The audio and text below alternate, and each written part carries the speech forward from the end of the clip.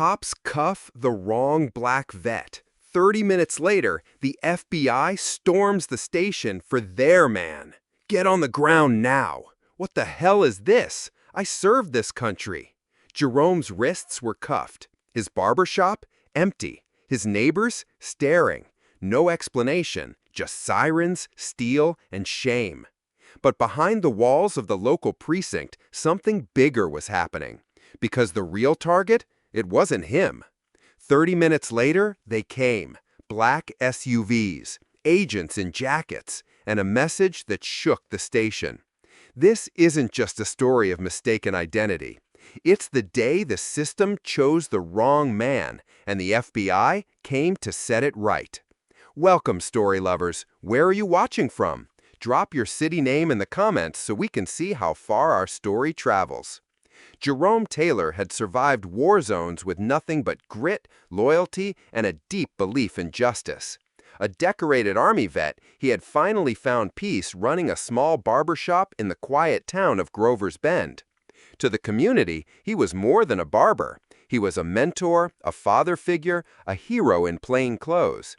Every morning began with the same rhythm. Coffee, jazz on the radio, and a line of kids waiting for fresh fades and life advice.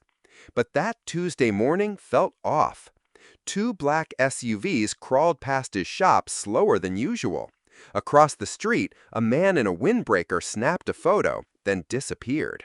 Jerome shook off his paranoia. Maybe. He'd fought too long and too hard to let shadows shake him. But what he didn't know was that by sunset, his name would be all over local news for something he didn't even do.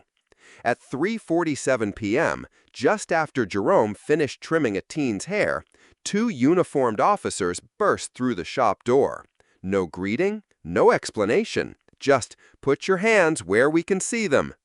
The clippers dropped from Jerome's hand, buzzing against the floor as stunned customers froze. "Is this some kind of joke?" he asked. But it wasn't. They cuffed him on the spot, ignoring his military ID and confused protests. Outside, children screamed as they watched him being shoved into the back of the cruiser like a criminal. Word spread fast. "Mister, did you get arrested?" His shop emptied. His reputation was shattered in seconds.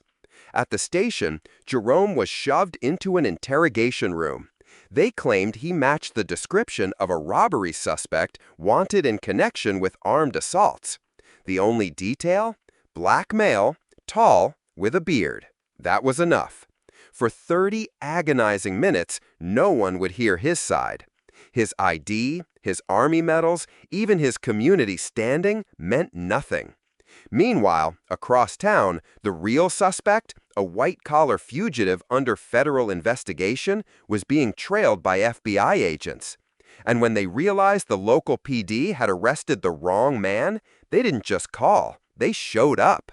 Lights flashing, jackets marked FBI, and they were not there to ask politely.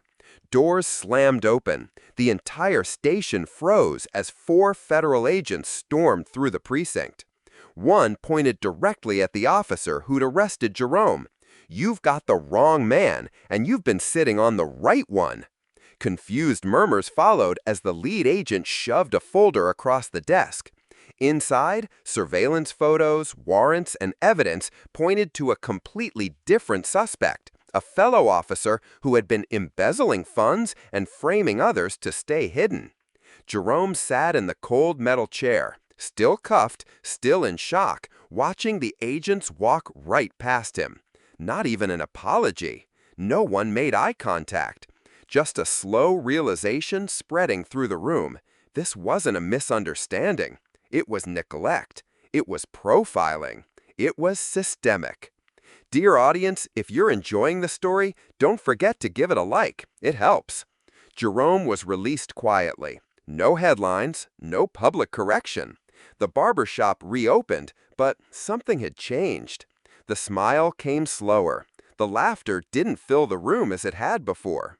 For a man who once fought for this country, being treated like a suspect in his hometown felt like a betrayal that went deeper than words.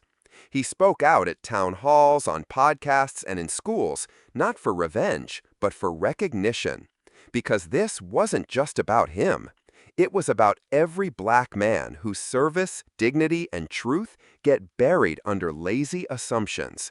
How many more veterans, teachers, fathers, and mentors have to be broken before justice learns how to recognize them? Thanks for watching. Subscribe to our channel for more powerful stories and new videos.